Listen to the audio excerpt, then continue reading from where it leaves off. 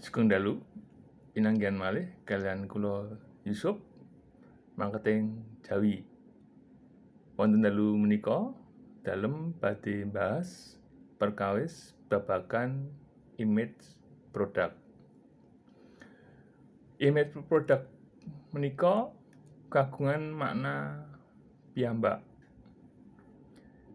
Inggih menika upaya pengelolaan suatu merek supados saged pikantuk kesan mendalam saha positif wonten manah konsumen. Fungsinipun brand image inggih menika ingkang sepindhah supados usaha panjenengan kagungan segmen pasar.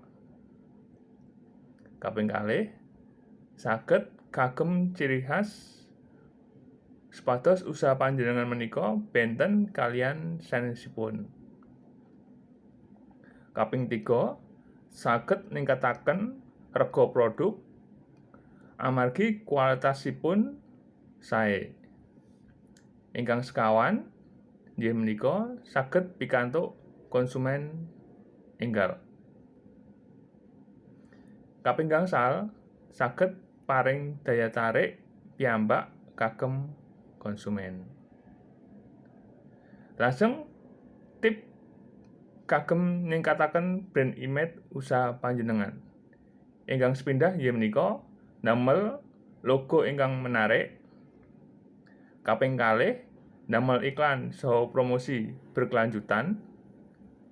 Kaping 3 panjenengan saged manfaataken media sosial kagem interaksi dumateng konsumen.